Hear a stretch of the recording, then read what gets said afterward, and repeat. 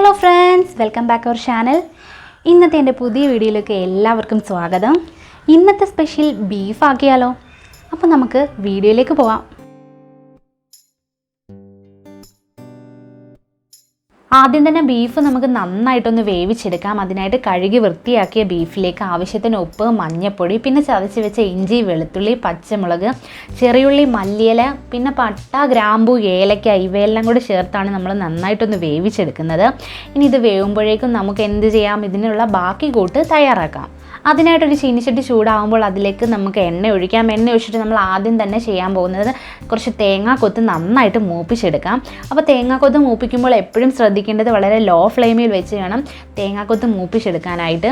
അപ്പോൾ ഇവിടെ ഏകദേശം നമ്മുടെ തേങ്ങാക്കൊത്ത് ഇവിടെ മൂത്ത് വന്നിട്ടുണ്ട്. ഇനി അതൊരു പാത്രത്തിലേക്ക് നമുക്ക് മാറ്റിയെടുക്കാം. ഈ എണ്ണയിൽ തന്നെയാണ് നമ്മൾ ബാക്കി കൂട്ടുകളും കുക്ക് ചെയ്തെടുക്കാൻ പോകുന്നത്. ഇനി ഇതേ എണ്ണയിലേക്ക് നമുക്ക് ചതച്ച് വെച്ച ബാക്കി ഇഞ്ചി, വെളുത്തുള്ളി എന്നിവ ഒന്ന് നന്നായിട്ട് വഴറ്റിയെടുക്കാം. ഇനി ഇതിലേക്ക് നമ്മൾ ചേർത്ത് കൊടുക്കാൻ പോകുന്നത് കറിവേപ്പിലയും പച്ചമുളകുമാണ്. ഇത് രണ്ടും കൂടെ ഒന്ന് ചെറുതായിട്ടൊന്ന് വാടി വരുമ്പോഴേക്കും നമ്മുടെ കൊച്ചുള്ളി നമുക്ക് ചേർത്ത് കൊടുക്കാം. കൊച്ചുള്ളിയോടൊപ്പം തന്നെ കുറച്ച് ഉപ്പും കൂടെ ചേർത്ത് വഴറ്റുകയാണെങ്കിൽ പെട്ടെന്ന് തന്നെ നമ്മുടെ കൊച്ചുള്ളി ഒന്ന് വാടി കിട്ടും. കൊച്ചുള്ളി മാത്രമല്ല, സവാളയും അതുപോലെ തന്നെയാണ്. ഇവിടെ ഏകദേശം നന്നായിട്ട് ഉള്ളി വാടി വന്നിട്ടുണ്ട്. ഇനി നമുക്ക് ഇതിലേക്ക് ചേർക്കേണ്ട ബാക്കി കൂട്ടുകൾ എന്തൊക്കെയാണെന്ന് നോക്കാം. ഇനി ഇതിലേക്ക് നമ്മൾ ആഡ് ചെയ്യാൻ പോകുന്നത് മുളക് പൊടി, മല്ലിപ്പൊടി, മഞ്ഞൾപ്പൊടി, പെരിഞ്ജീരകപ്പൊടി എന്നിവയാണ്. ഇവയെല്ലാം കൂടെ ചേർത്ത് ഈ വഴറ്റി ഉള്ളിയുമായിട്ട് നന്നായിട്ടൊന്ന് യോജിപ്പിച്ച് ആ പൊടിയുടെയൊക്കെ പച്ചമണം ഒന്ന് പോകുന്നവരെ നന്നായിട്ടൊന്ന് ഇളക്കി കൊടുക്കാം. ലോ ഫ്ലെയിമിൽ വെച്ചിട്ട് വേണം ഇവയൊക്കെ ഒന്ന് ചേർത്ത് മിക്സ് ചെയ്ത് കൊടുക്കാൻ. അപ്പോൾ എൻ്റെ ചാനൽ ആദ്യമായിട്ടാണ് ആരെങ്കിലും കാണുന്നതെങ്കിൽ ചാനൽ സബ്സ്ക്രൈബ് ചെയ്യാൻ മറക്കരുത്. തൊട്ടടുത്തുള്ള ബെൽ ബട്ടണും ക്ലിക്ക് ചെയ്യുക.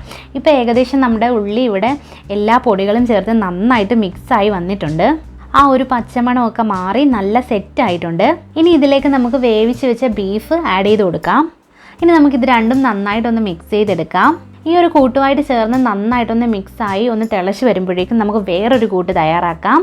ഒരു ചീനിച്ചട്ടി വെച്ച് ചീനിച്ചട്ടി നന്നായിട്ട് ചൂടാകുമ്പോഴേക്കും അതിലേക്ക് എണ്ണ ഒഴിക്കാം. എണ്ണ നന്നായിട്ട് ചൂടായതിന് ശേഷം അതിലേക്ക് നമുക്ക് കുറച്ച് മുളക് പൊടിയും മല്ലിപ്പൊടിയും കൂടെ ചേർത്ത് അതിൻ്റെ ഒരു പച്ചമണമൊക്കെ ആ ഒരു എണ്ണയിൽ കിടന്ന് മൂത്തൊന്ന് വരുന്നത് വരെ നമുക്കൊന്ന് ലോ ഫ്ലെയിമിൽ വെച്ചൊന്ന് ഇളക്കി കൊടുക്കാം. ഈ ഒരു കൂട്ട് കരിയാതെ പ്രത്യേകം ശ്രദ്ധിക്കണം. ഇനി നമുക്ക് തിളച്ചുകൊണ്ടിരിക്കുന്ന നമ്മുടെ ബീഫിലേക്ക് ഈ ഒരു കൂട്ട് ആഡ് ചെയ്ത് കൊടുക്കാം. അതിനുശേഷം നന്നായിട്ടൊന്ന് മിക്സ് ചെയ്തെടുക്കാം. പിന്നെ നമ്മൾ ആദ്യം വറുത്ത് വെച്ചിരിക്കുന്ന നമ്മുടെ തേങ്ങാക്കൊത്ത് ചേർത്തിട്ടില്ല. ഇനി തേങ്ങാക്കൊത്തും കൂടെ ആഡ് ചെയ്തതിന് ശേഷം നന്നായിട്ട് വേവിച്ചെടുത്താൽ മാത്രം മതി. ആവശ്യത്തിന് ഉപ്പ് ഇനി വേണ്ടവർക്ക് ചേർത്തെടുക്കാം. ഇവയെല്ലാം കൂടെ ചേർത്ത് നന്നായിട്ട് തിളച്ച് നമ്മുടെ ബീഫ് ഇവിടെ റെഡി ആയിട്ടുണ്ട്. അപ്പത്തിൻ്റെ കൂടെയും ഇടിയപ്പത്തിൻ്റെ കൂടെയും ചോറിൻ്റെ കൂടെയും നെയ്ച്ചോറിൻ്റെ കൂടെയും ഒക്കെ കഴിക്കാവുന്ന നല്ല അടിപൊളി ടേസ്റ്റി ആയിട്ടുള്ള തേങ്ങാക്കൊത്തൊക്കെ ഇട്ട ബീഫ് കറിയാണ്. ഇനി നമുക്ക് അടുത്ത വീഡിയോയുമായിട്ട് വീണ്ടും കാണാം.